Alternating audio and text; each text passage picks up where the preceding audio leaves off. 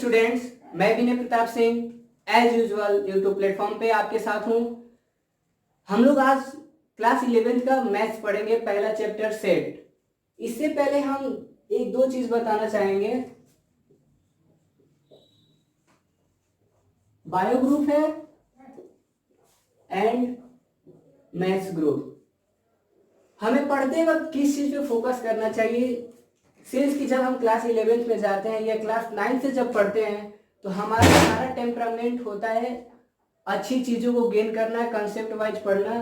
तो bio group के लिए और मैथ ग्रुप के लिए मैं एक सिंपल सा फंडा बताता हूँ कि हमें क्या करना चाहिए पढ़ते वक्त। तो बायो ग्रुप के लिए ये एक फॉर्मूला है और ये मैथ्स ग्रुप के लिए। जब हम क्लास 11th या क्लास 12th की सिलेबस कवर करते हैं उसके बाद हमारी जर्नी जो होती है कॉलेज लाइफ की होती है, जहाँ पे सिलेक्शन अच्छे कॉलेज में जाना बहुत इंपॉर्टेंट होता है। और ये सारा कॉलेज डिसाइड होता है हमारे 11th और 12th के स्ट्रेटजी पे, हमें कैसे पढ़ना चाहिए, हमें कैसे क्या करना चाहिए। तो आज थोड़ा सा गाइडेंस देते हैं कि बायो ग्रुप में ये MPP क्या है। ये मेमोराइजिंग पावर एंड प्रैक्टिस बात करते हैं क्यों, और इसमें कंसेप्ट, प्रैक्टिस एंड टेक्निक। हमें पता है कि बायो ग्रुप में जब हम एडमिशन लेते हैं तो हमारे पास ऑप्शन होता है फिजिक्स, केमिस्ट्री, बायो। फिजिक्स हम हैंडल करते हैं, केमिस्ट्री भी हमें पढ़ना होता है, और मेमोराइजिंग पावर एंड प्रैक्टिस हमने बोला। हमें पता है कि जो बायो का पार्ट होता है उसे ज्यादातर हमको मेमोराइज करना पड़ता है।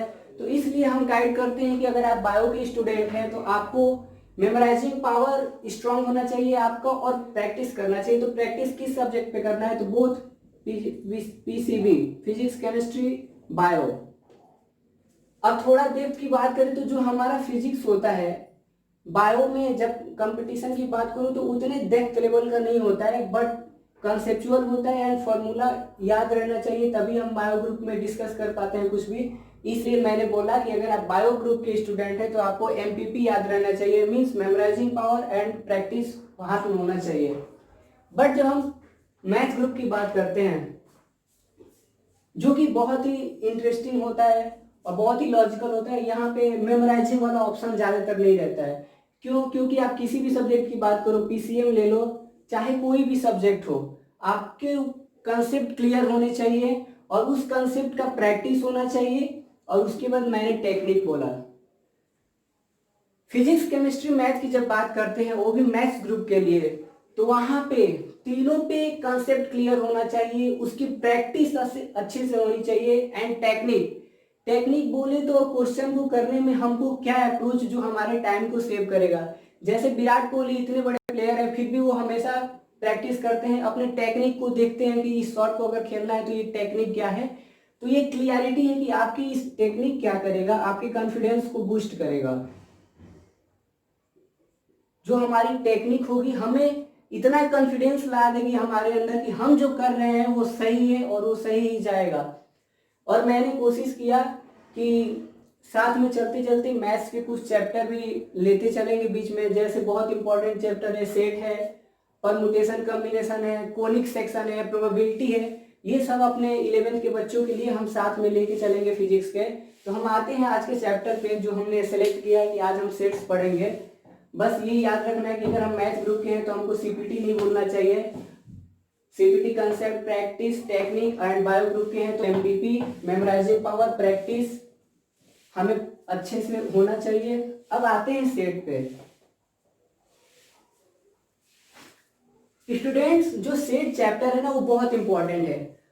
अगर हम इसको लाइटली लेके कुछ दिन यहाँ पढ़ ले और छोड़े कि कोई बात नहीं, आगे तो ये आने वाला नहीं है, इसकी कोई ज्यादा जरूरत नहीं है, तो हम आपको बता दें कि ये सेट बहुत इंपॉर्टेंट चैप्टर है। ये हमारा सीक्वेंस सीरीज जब शुरू होगा उसमें आता है, प्रोबेबिलिटी में आता है, ज्योमेट्री में आता है, तो आप इससे दूर नहीं जा सकते हो। प्रोबेबिलिटी क्लास 12th का पढ़ोगे या कहीं भी पढ़ोगे, 11th में पढ़ोगे तो वहां पे ये सेट्स आएंगे। और बेसिक चीज ये है कि हमारे क्लास 11th में सेट कुछ ज्यादा डेप्थ में नहीं दिया है। और एक बात और कहेंगे कि आपका जो सिलेबस है वो एकेडमिक है, तो आपको एकेडमिक सिलेबस देखते हुए टॉपिक्स को कवर करने हैं। ज़्यादा ये साइड बुक रेफरेंस बुक को लेके ज़्यादा फालतू के टॉपिक कवर नहीं करने हैं, क्योंकि वो टाइम लॉस होगा हमारा और हम पीछे हो जाएंगे। स्मार्ट स्टडी करनी है हमको। हम सेट पे चलते हैं।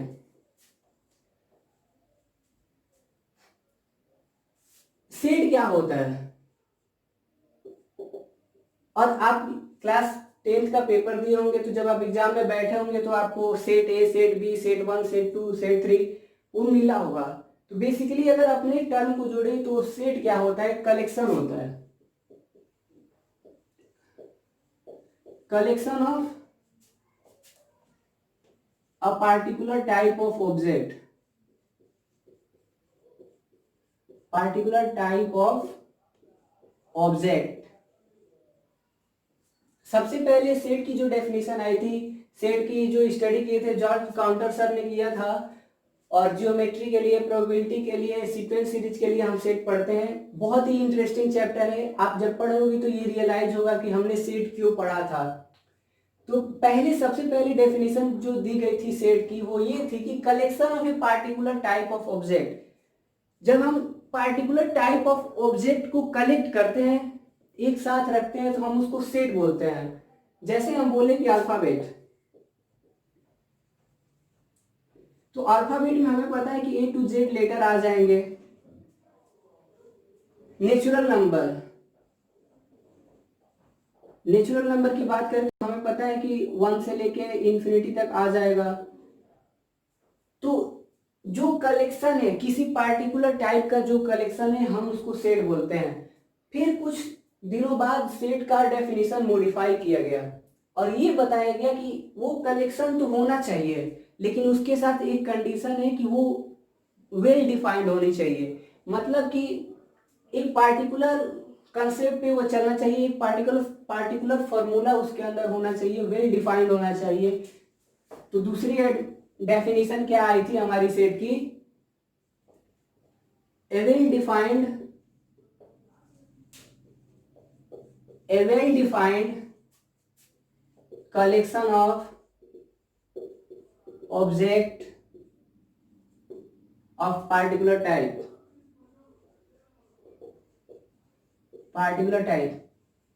अब कलेक्शन तो लेंगे, किसी भी चीज का कलेक्शन लेंगे, लेकिन वो वेल डिफाइंड होना चाहिए। वो डिफाइन होना चाहिए कि इसका पीछे का लॉजिक क्या है, कि ये ऐसा क्यों हो रहा है, और वो डेफिनेशन वेल डिफाइंड होना चाहिए। ये डेफिनेशन अगर फेल होगा तो हम वो सेट हमारा गलत आ जाएगा। अब बात आती है कि हम सेट को रिप्रेजेंट कैसे करते हैं।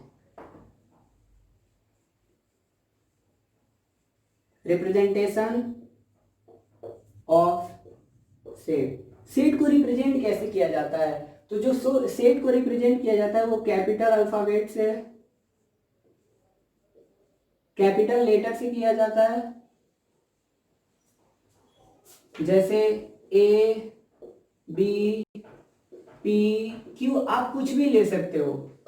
जब सेट को रिप्रेजेंट करना होगा तो हम उसको अल्फाबेटिकल लेटर से रिप्रेजेंट करते हैं। और सेट के एलिमेंट, जो सेट के एलिमेंट होते हैं वो छोटे स्मॉल लेटर से रिप्रेजेंट किए जाते हैं।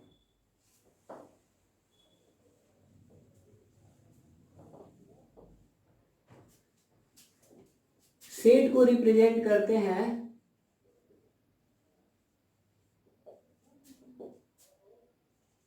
कैपिटल लेटर से।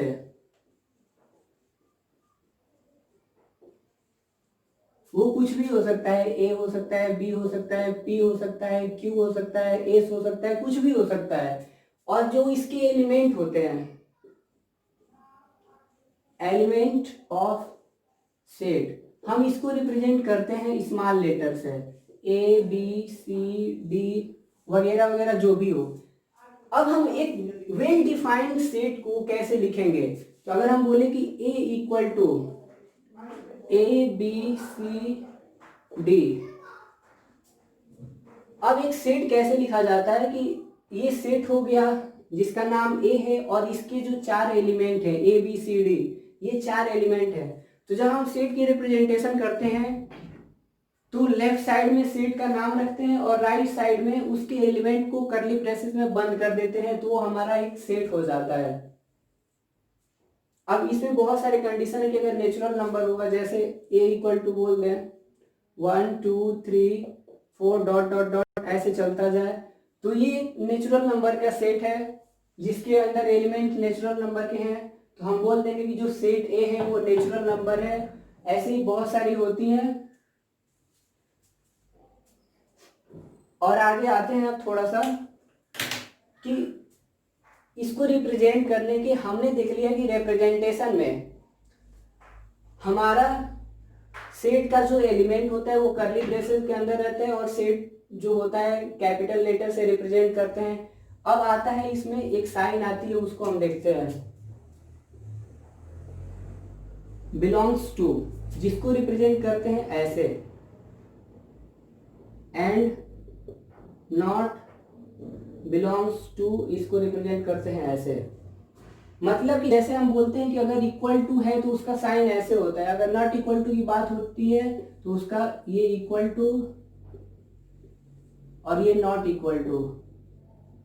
तो सेम वैसे है कि अगर ये होता है बिलोंग्स टू, इसको हम ऐसे रिप्रेजेंट करते हैं। इसका मतलब ये हुआ कि हमको ये बताता है कि जो एलिमेंट है वो सेट में बिलोंग करते हैं कि नहीं। जैसे हम बोले कि यहाँ पे हमारा ए है ABCD और मैंने एक एलिमेंट ले लिया, एक सेट ले लेते हैं जिसका नाम है EF बस। तो अगर हम पूछे कि क्या जो सेट ए के जो एलिमेंट हैं E और F क्या सेट ए के एलिमेंट से बिलोंग करते हैं, तो हम देख रहे हैं कि जो सेट ए का एलिमेंट है इसमें ABCD है, बट सेट बी के एलिमेंट में EF है। E और F सेट ए के एलिमेंट में कहीं नहीं है, तो हम बोल देंगे कि B element of B not belong to, element of B not belong to element set A of set B not belong to set A. यानी कि अभी इसको आगे अगले टर्म में भी पढ़ेंगे कि उसको सबसेट भी बोला जाता है, उसको देख लेंगे। तो अगर एलिमेंट सेट में बिलोंग करता है तो हम उसको साइन ऐसे लगाते हैं, जैसे पूछ दे आपसे कि क्या सी एलिमेंट जो है सेट ए से बिलोंग करता है, is C belongs to set A. अगर पूछे कि जो सी एलिमेंट है वो सेट ए से बिलोंग करता है, तो हाँ बिल्कुल करता है, क्योंकि सी एलिमेंट सेट ए के अंदर है। हम पूछे कि आपको ये एक एलिमेंट दिया जा रहा है, आप बताइए कि क्या ये सेट ए से बिलोंग करता है, तो क्या होगा, ई जो है सेट ए से बिलोंग नहीं करता है। तो हमें बस इतना समझना है कि जो बिलोंग्स टू की साइन होती है वो ऐसी बनती है और नॉट बिलोंग्स टू ऐसे, एज सिमिलरिटी जो है इक्वल टू और नॉट इक्वल टू वाली है। तो अभी तक हमने ये देखा कि सेट को कैसे रिप्रेजेंट करते हैं, तो सेट को कैपिटल लेटर से रिप्रेजेंट करते हैं और कैपिटल लेटर को लेफ्ट साइड में रखते हैं और उसके एलिमेंट को, सेट के एलिमेंट को राइट साइड में ब्रैकेट में बंद कर देते हैं, जो मिडिल ब्रैकेट होता है। अब आता है कि जो सेट होते हैं उसको टेक्निकली रिप्रेजेंट करने के दो तरीके होते हैं, एक सेट बिल्डर फॉर्म, एक रोस्टर फॉर्म, या इसको बोल देंगे कि टाइप्स ऑफ सेट, या रिप्रेजेंटेशन बोल दें या टाइप्स ऑफ सेट बोल दें। तो टाइप्स ऑफ सेट दो हुए हमारे, रोस्टर फॉर्म और सेट बिल्डर फॉर्म।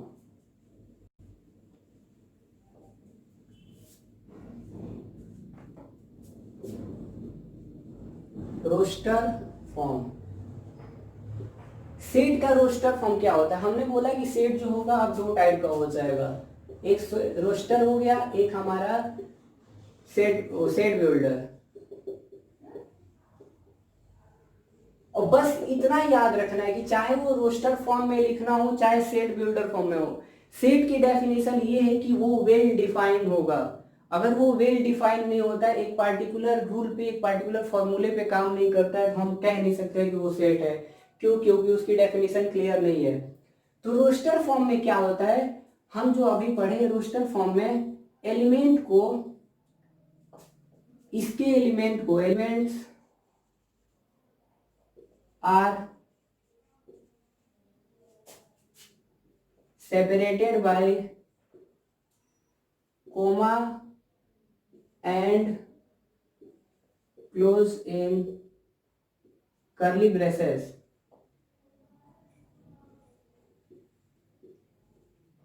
यानी कि इसके जो एलिमेंट हैं रोस्टर फॉर्म में जब रिप्रेजेंटेशन हमको देना होगा तो एलिमेंट हम बोल लें कि हमारे पास 1 2 3 4 5 6 है, आप इसका सेट बनाइए। तो हमने बोला कि ठीक है, और किस फॉर्म में, तो रोस्टर फॉर्म में। तो हमने मान लिया कि इसका सेट का नाम ए है, जो कि हमारा 1 2 3 4 5 6 ये हमारा रोस्टर फॉर्म में रिप्रेजेंटेशन हो गया। अब अगर और ले लें कि हमारा एक और एग्जांपल ले लेते हैं कि बी है, एक है कि 1 8 27 64 ऐसे है। तो हम ये देख रहे हैं कि ये 1 का क्यूब है, ये 2 का क्यूब है, ये 3 का क्यूब है, ये 4 का क्यूब है, एज सो ऑन चलता जा रहा है। तो ये वाले एलिमेंट भी वेल डिफाइन है, ये नेचुरल नंबर के क्यूब है, तो इसका सेट बन सकता है। तो a इक्वल टू बस हम इसको 1 8 27 64 डॉट डॉट डॉट कर देंगे। तो कोई भी सेट लिखने से पहले हमारे माइंड में ये जरूर आना चाहिए कि वो जो सेट हम लिख रहे हैं वो वेल डिफाइन होना चाहिए। मैंने 1 लिया तो ये 1 का क्यूब है, ये 2 का क्यूब है, ये 3 का, ये 4 का, ये 5 का, आगे आएगा एंड सो ऑन। अगर हम इसको रिप्रेजेंट करना चाहें तो कर सकते हैं। क्यों? क्योंकि ये वेल डिफाइन है, ये नेचुरल नंबर का क्यूब है। तो ये हमारे रोस्टर फॉर्म में क्या होता है कि हम सेट के एलिमेंट को कॉमा से सेपरेट करके लिखते हैं और उसको कर्ली ब्रेसेस या मिडिल ब्रैकेट में बंद कर देते हैं। अब एक चीज इसमें देखते हैं हम, ये हमारा है रोस्टर फॉर्म। ये एक चीज हम यहाँ पे देख ले कि हमारे पास कुछ नंबर होते हैं जिनको हम कैसे रिप्रेजेंट करते हैं सेट में। तो नेचुरल नंबर को n से रिप्रेजेंट करते हैं। नेचुरल नंबर n से रिप्रेजेंट होता है सेट में, इंटीजर z से, रियल नंबर r से, और पॉजिटिव इंटीजर z पॉजिटिव, ये पॉजिटिव इंटीजर है, z निगेटिव इंटीजर है, रेशनल इरेशनल ऐसे ही रिप्रेजेंट करते हैं। तो अगर कहीं लिख दे कि a इक्वल टू n है, ऐसे कर दे अगर, तो हम बोल देंगे कि जो a है वो नेचुरल नंबर का सेट है। अगर यहाँ पे z कर दे तो हम बोलेंगे कि जो z है वो इंटीजर का सेट है। और एक चीज अभी हम लोग देखेंगे यहाँ पे, अब आते हैं इस पे। तो हमने रोस्टर फॉर्म में क्या देखा कि सेट के एलिमेंट को सेपरेट करते हैं कामा से और लिख देते हैं, उसके बाद हम ब्रैकेट में बंद कर देते हैं। बट सबसे इंपॉर्टेंट वाला जो थोड़ा प्यारा है वो है सेट बिल्डर फॉर्म।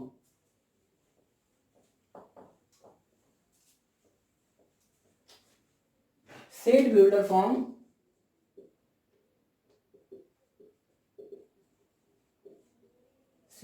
फॉर्म ये थोड़ा इंटरेस्टिंग है और इसमें थोड़ा माइंड यूज करना पड़ता है। अगर ये आता है तो रोस्टर आ जाता है, रोस्टर आता है तो ये आ जाता है। इसमें क्या होता है, एक फॉर्मूला हम यूज करते हैं। जैसे हम बोले कि a equal to X, X element है, a एक सेट है जिसके एलिमेंट x है। अब x को उसने डिफाइन कैसे करना है कि x बिलोंग्स टू n। कह रहा है कि a जो है वो सेट है और उसके एलिमेंट जो है वो x से रिप्रेजेंट किए जाएंगे। और उसने बोला कि उसकी कंडीशन क्या है, अब उसको डिफाइन कैसे करेगा। तो उसने बोला कि x belongs to natural number and x is greater than equal to 1 less than equal to 5। आप इसको ओपन करके भी लिख सकते हो कि x belongs to n where x is greater than 1 and less than 5।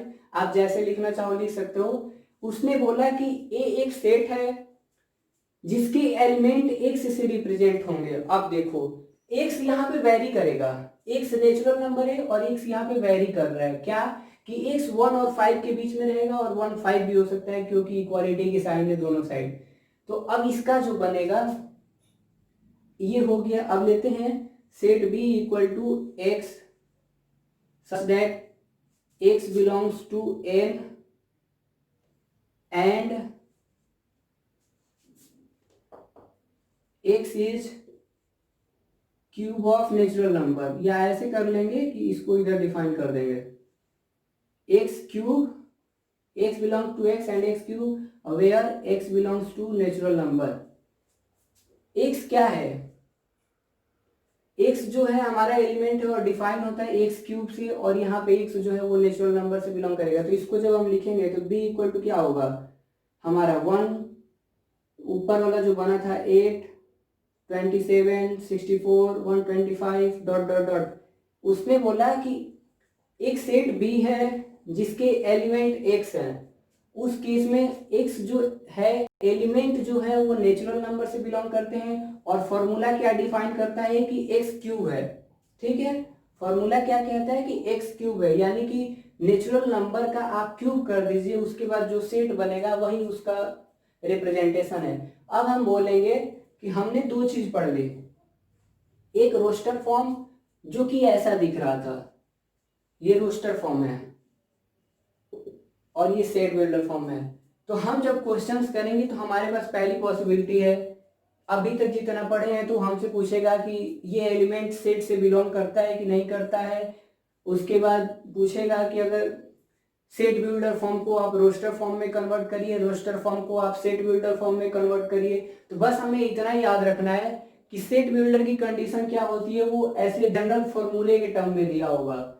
ये सेट बिल्डर है, वो एक फॉर्मूला यूज कराएगा आपसे, उसके एलिमेंट की डेफिनेशन के पीछे एक लॉजिक होगी। यहाँ पे उसने नेचुरल नंबर बोला और कंडीशन दे दिया कि भैया x is greater than equal to 1 and less than equal to 5, यानी कि आप 1 से 5 तक ही रह सकते हो। इसने बोला कि b के सेट में x जो है एलिमेंट है, कंडीशन क्या है कि x जो है क्यूब है, x क्यूब है और x बिलोंग टू n, यानी कि x के जगह पे 1 2 रखेंगे, आप उसको क्यूब में कर दीजिए। तो हमारे पास कन्वर्जन के क्वेश्चन आ जाएंगे कि सेट बिल्डर फॉर्म को रोस्टर फॉर्म में कन्वर्ट करिए, रोस्टर को सेट बिल्डर फॉर्म में। दो चीज बस याद रखनी है कि अगर हमें सेट लिखना है तो पहली बात कि वो वेल डिफाइन होना चाहिए, दूसरी चीज कि अगर सेट बिल्डर में है तो आपको रोस्टर में कन्वर्ट करने के लिए ये ध्यान से देखना पड़ेगा कि इसके पीछे कौन सा फॉर्मूला लग रहा है, जनरल फॉर्मूला क्या है। अब हम इसको एक्सपेंड करेंगे तो क्या होगा, अगर रोस्टर में दिया है तो आप रोस्टर के एलिमेंट को देखेंगे, इस एलिमेंट में कौन सा फॉर्मूला यूज हो रहा है, क्यूब, स्क्वायर, एनीथिंग जो भी व्हाटएवर, आप उसको फिर स्प्लिट करके ऐसे लिख देंगे। एक क्वेश्चन हम लोग करेंगे इस पे अभी।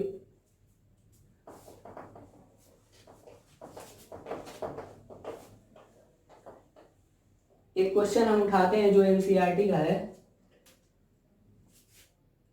a equal to x such that x equal to n upon n plus 1, I think ऐसा ही है, हाँ, where n is greater than equal to 1 and less than equal to 6। ठीक है, उसने बोला कि सेट है एक सेट है जिसका एलिमेंट डिसाइड करेगा x, और x डिसाइड होगा किससे, तो n से।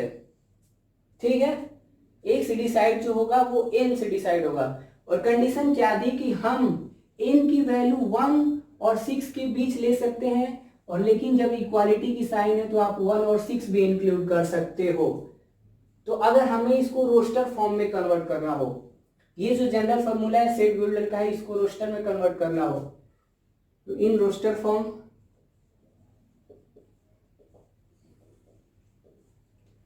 a इक्वल टू क्या होगा, n की जगह पे 1 रख दो, क्यों, क्योंकि हमको 1 वैल्यू n की वैल्यू 1 से 6 तक लेनी है। अगर हम 1 रखेंगे तो 1 अपान 1 प्लस 1, अगर हम 2 रखेंगे तो 2 अपान 2 प्लस 1, अगर हम 3 रखेंगे तो 3 अपान 3 प्लस 1, अगर हम 4 रखेंगे तो 4 प्लस 1, अगर हम 5 रखेंगे तो 5 प्लस 1, अगर हम 6 रखेंगे तो 6 प्लस 1। इसके आगे हम नहीं जा सकते हैं, क्यों, क्योंकि उसने बोला है कि आप n की वैल्यू 6 से ज्यादा नहीं ले सकते हो।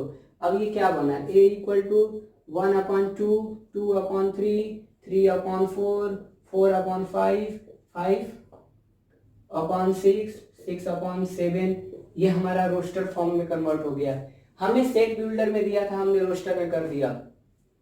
क्या, अगर ऐसे दिया होता तो हम इसको ऐसे कर लेते, हम देखते कि इसका जनरल फॉर्मूला क्या होता है। तो अगर हम 1 को n मानते तो नीचे वाला n प्लस 1 होता।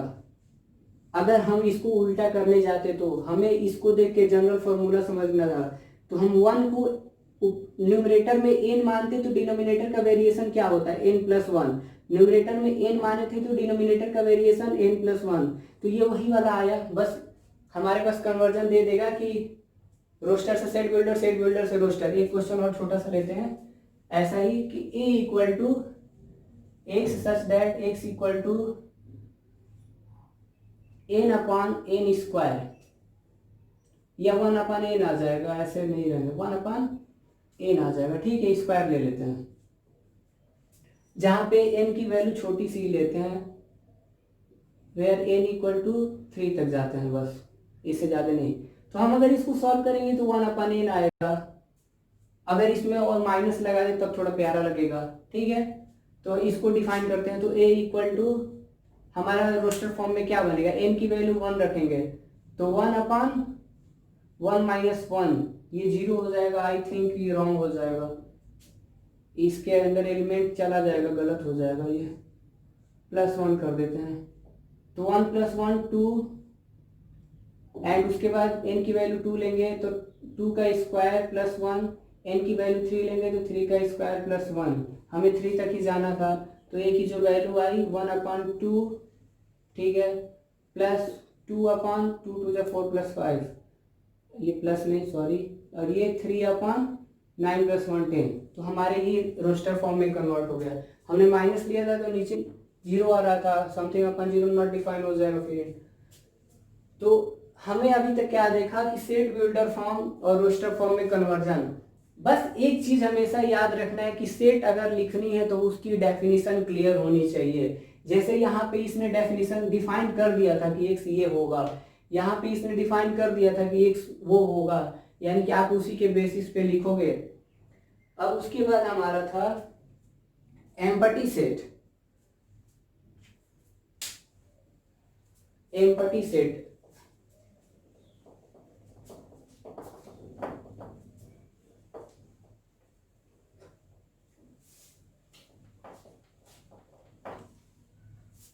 एम्पटी सेट एम्पटी सेट इसको ही बोलते हैं नल सेट, इसको ही बोलते हैं वॉइड सेट। सारा मतलब एम्पटी मतलब खाली ही होता है, नल मतलब भी ब्लैंक, वॉइड मतलब भी ब्लैंक होता है, मीन्स खाली। अब ये क्या कहता है कि एम्पटी सेट क्या होता है। तो अगर सेट में कोई भी एलिमेंट नहीं होगा तो हम बोल देंगे कि एम्पटी सेट है। जैसे हमने बोला कि ए जो है वो 1 से 1 2 3 डॉट डॉट डॉट इन्फिनिटी 8 तक है, चलिए 8 ही तक है, ठीक है। और हम बोल रहे हैं कि क्या इसमें बी बिलोंग करता है, इस B belongs to A.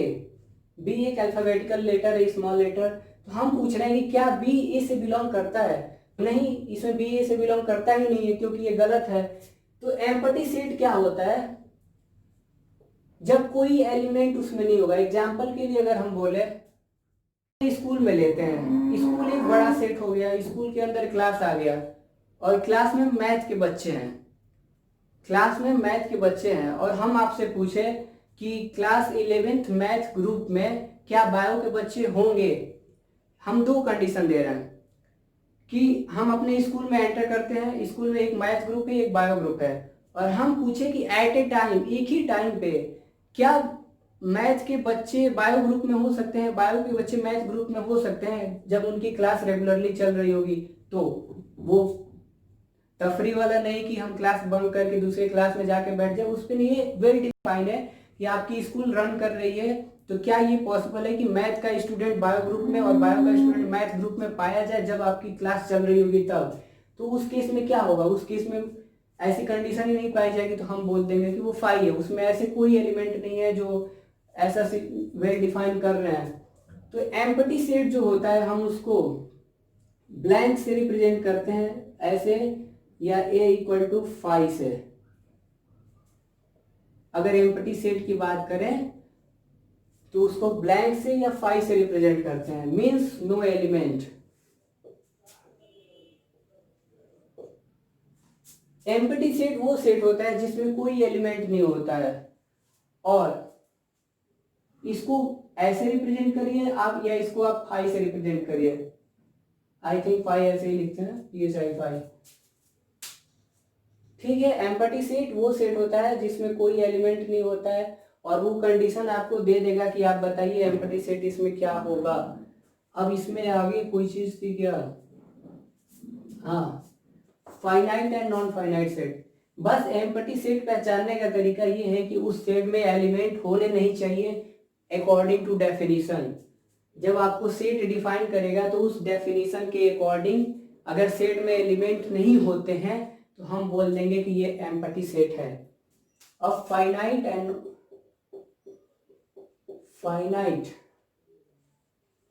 Set और इनफाइनाइट सेट। इनफाइनाइट सेट ये भी बेसिकली बहुत इजी है, अभी हम लोग जब नेक्स्ट क्लास में पढ़ेंगे तो वहां से थोड़ा ट्विस्ट स्टार्ट होगा। फाइनाइट सेट अगर एलिमेंट जो हैं लिमिटेड हैं, एक बाउंड्री के अंदर हैं, लिमिटेड है, एक बाउंड्री के अंदर है, जो उसके बाहर नहीं जा सकते हैं, तो हम बोल देंगे कि फाइनाइट सेट है। स्मॉल कलेक्शन ऑफ एलिमेंट जैसे 1 से 8 तक ले लो तो ये लिमिटेड हो गया। अब बोले हम और इनफाइनाइट, अब देखते हैं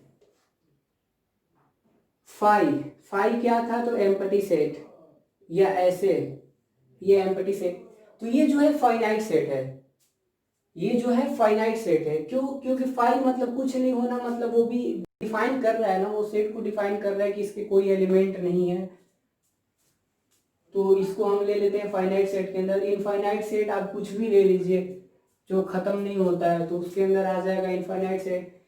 फाइनाइट सेट में क्या है कि आपको जब सेट दिया जाएगा तो वो डिफाइन किया जाएगा और उसकी डेफिनेशन एक पार्टिकुलर बाउंड्री के अंदर होगी, तो हम उसको फाइनाइट सेट बोलेंगे। और यहाँ पे आपको कोई बाउंड्री नहीं दी जाएगी, हम उसको इनफाइनाइट सेट बोलेंगे। आप क्वेश्चन के थ्रू जा सकते हो, उसमें इतना टिपिकल कुछ नहीं है। अब आते हैं इक्वल सेट पे।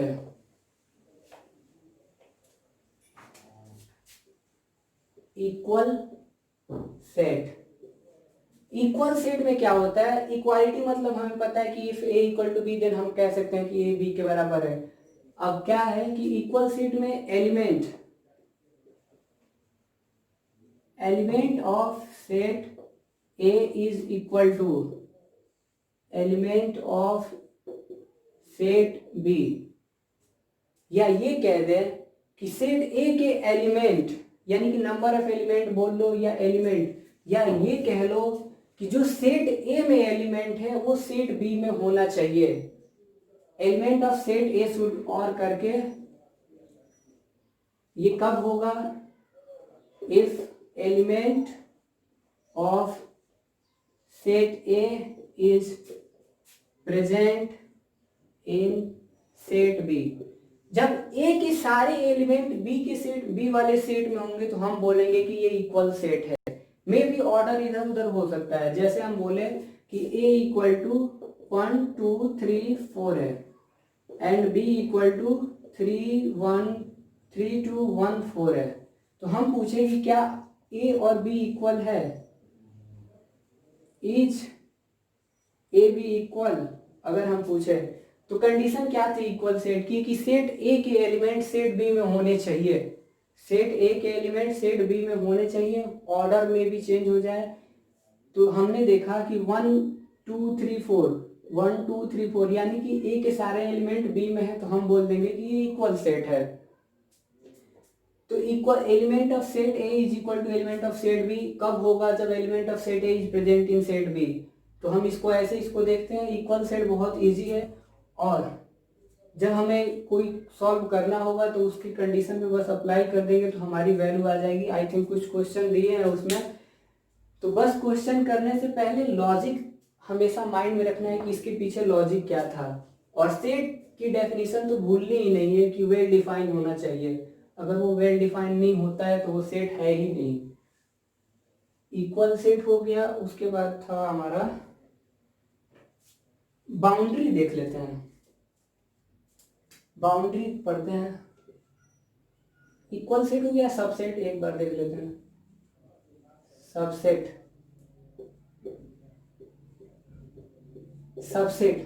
जैसे हम अपने सब्जेक्ट में पढ़ते हैं तो हर टॉपिक का एक सब टाइटल होता है, हर टॉपिक के अंदर एक सब टॉपिक होता है। तो हम क्या कहते हैं कि जो हमारी सब टॉपिक है, जो हमारी सब टॉपिक है वो मेन टॉपिक के अंदर आती है। ठीक है, जैसे हम बात करें कैनेमेटिक्स की, फिजिक्स की एक ब्रांच ले लेते हैं कैनेमेटिक्स। ठीक है, इसके अंदर मोमेंटम, फोर्स, सर्कुलर मोशन जो भी लेना है ले लेते हैं। तो हम ये कह देंगे ना कि ये जो मोमेंटम है, फोर्स है, सर्कुलर मोशन है, ये कैनेमेटिक्स का सब टॉपिक है, हम ये कह सकते हैं। तो यानी कि सब सेट क्या होगा, हमने समझने के लिए ये बोला कि हमारी एक मेन टॉपिक है जिसके सब टॉपिक है बहुत सारे। तो हम ये कह देते हैं कि ये सारे जो सब टॉपिक हैं वो हमारे मेन टॉपिक के पार्ट हैं। तो वैसे ही सब सेट को समझने के लिए हमारा पास एक सेट है जो मेन सेट है, और इसके अंदर कुछ लेंगे, दूसरा सेट लेंगे, अदर सेट। तो यानी कि ये अदर सेट इसका पार्ट होना चाहिए, तो हम बोल देंगे कि वो सब सेट है। सेट का सब होना, सब टॉपिक होना, वो सब सेट हो जाएगा। इसमें हम कैसे लिखते कहते हैं कि अगर हमें बताना होगा, एक सेकेंड,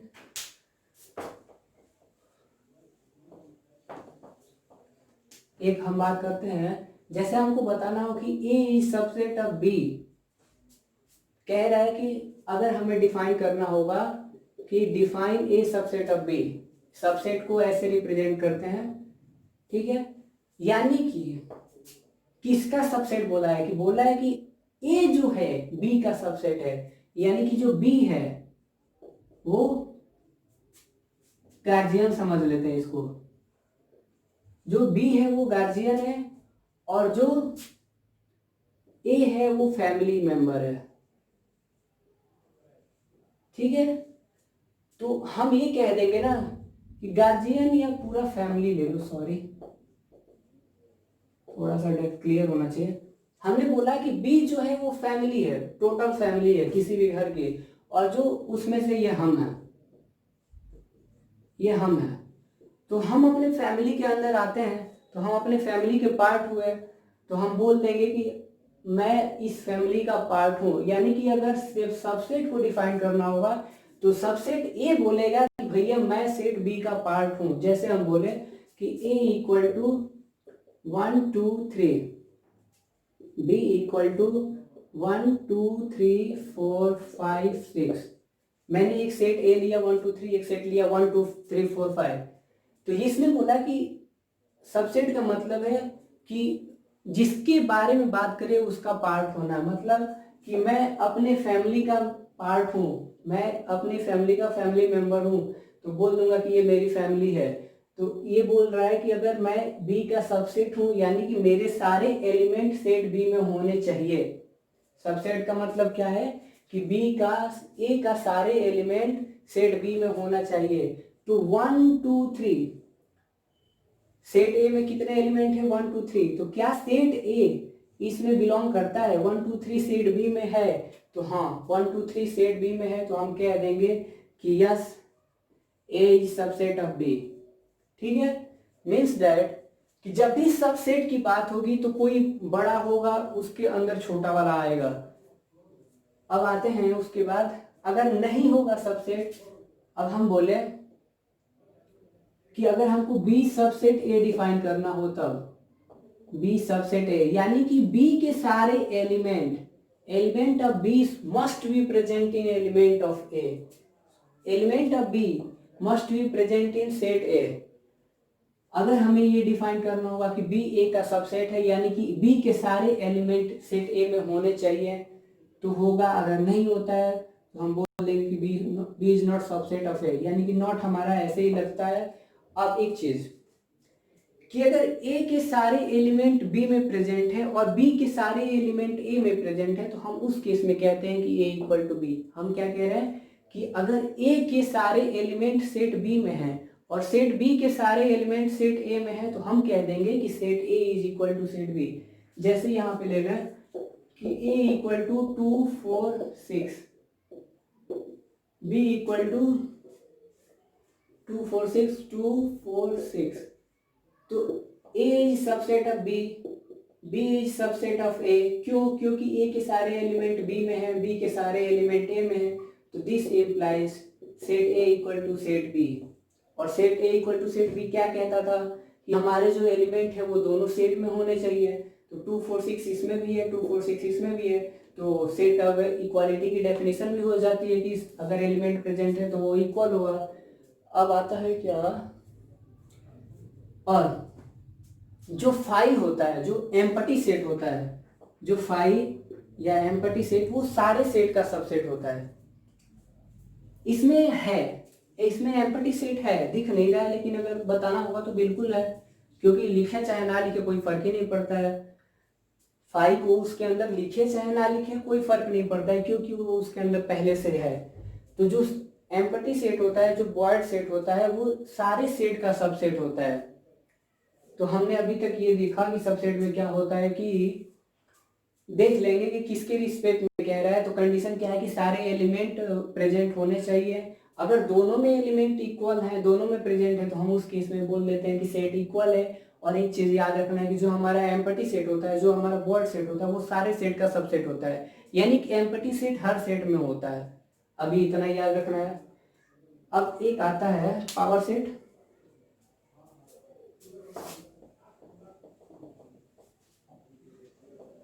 आई डोंट थिंक कि अभी तक कोई डाउट आएगा, क्योंकि बहुत इजी है। अगले लेक्चर में जब हम लोग पढ़ेंगे तो थोड़ा ट्विस्ट वाला है। तो हम आप लोग से बस यही कहेंगे कि नेक्स्ट लेक्चर में भी आप लोग देखें इस वीडियो को, ताकि सेट पे कमांड बन जाए। क्योंकि सेट अगर समझ में आ गया तो हमारी प्रोबेबिलिटी बहुत ईजी हो जाती है, जो कि एक दिन हम लोग डिस्कस करेंगे ही करेंगे इस प्लेटफॉर्म पे। पावर सेट, पावर सेट क्या होता है? पावर सेट होता है the collection of all subset of set.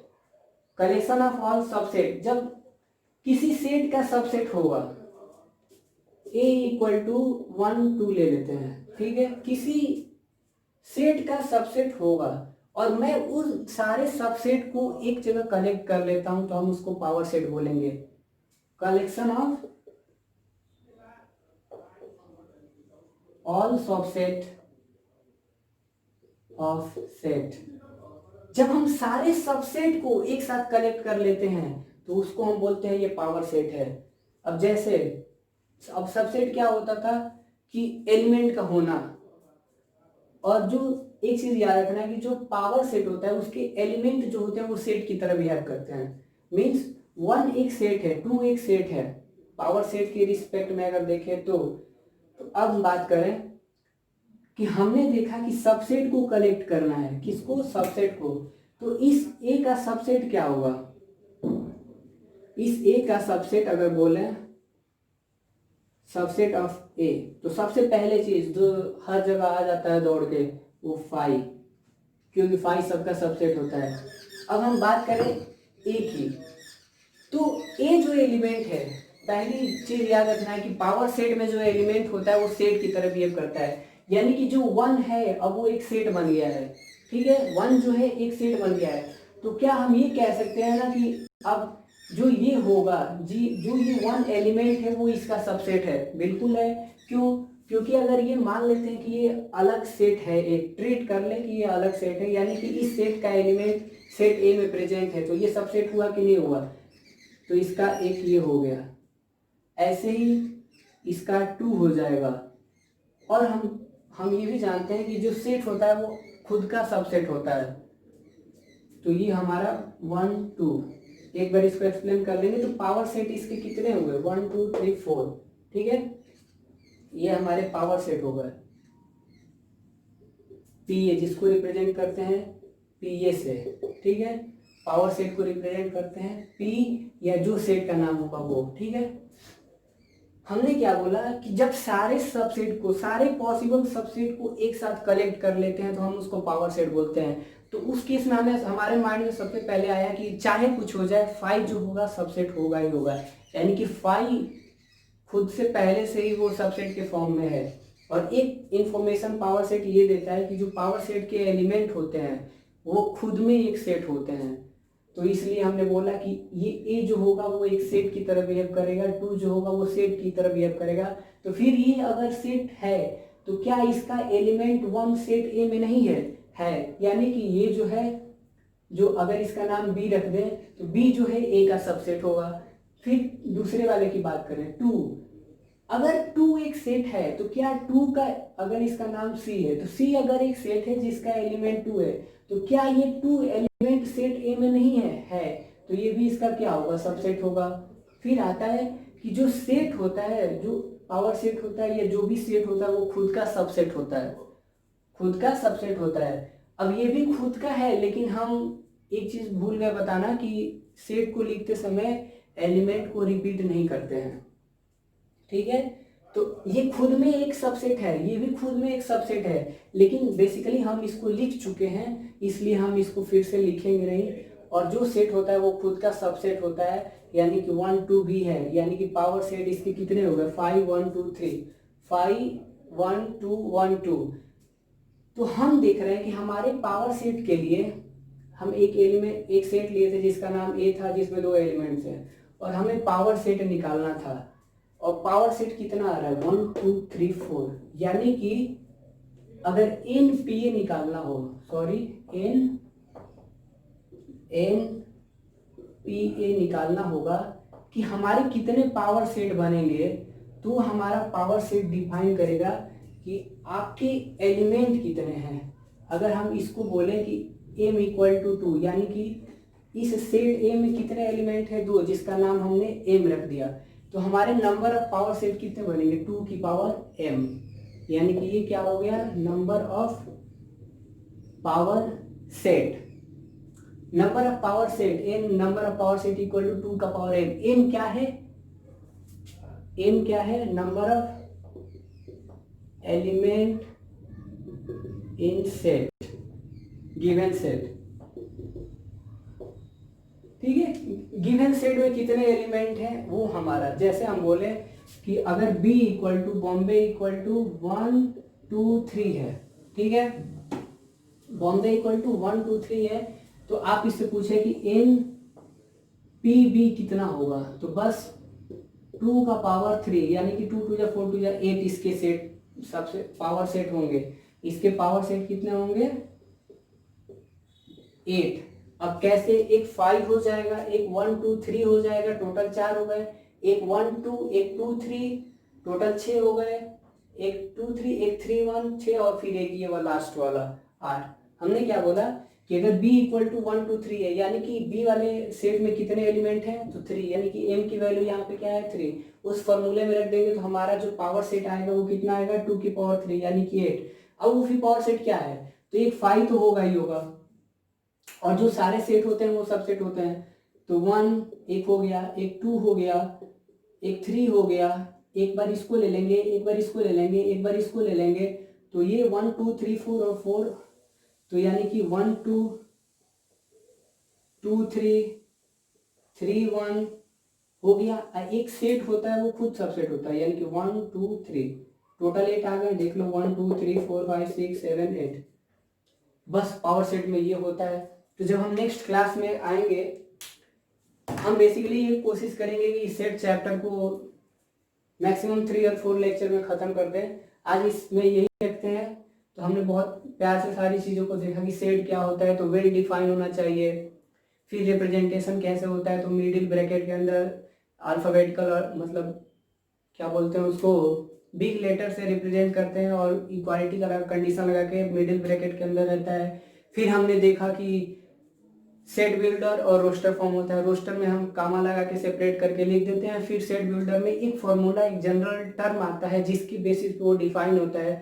फिर हमारे पास आया कि पहली पॉसिबिलिटी ये है कि कन्वर्जन पूछ सकता है सेट बिल्डर रोस्टर में। फिर हमने देखा कि एम्पटी सेट क्या होता है, फिर इक्वल सेट क्या होता है, फिर पावर सेट बेसिकली पूछा जाता है क्योंकि बहुत इंपॉर्टेंट है। तो पावर सेट ये याद रखना है कि कलेक्शन ऑफ ऑल सबसेट, जितने भी पॉसिबल सबसेट है आप उसको कलेक्ट कर लीजिए। और दूसरी चीज पावर सेट ये इंफॉर्मेशन देता है कि जो सेट पावर एलिमेंट होते हैं वो खुद एक सेट की तरह ट्रीट करते हैं, यानी कि हमने यहाँ पे समझाया भी था। अब यहाँ पे b इक्वल टू 1 2 3 लिया तो हमने पूछा कि इसके पॉसिबल पावर सेट कितने होंगे, तो 8 होंगे फॉर्मूले के अकॉर्डिंग।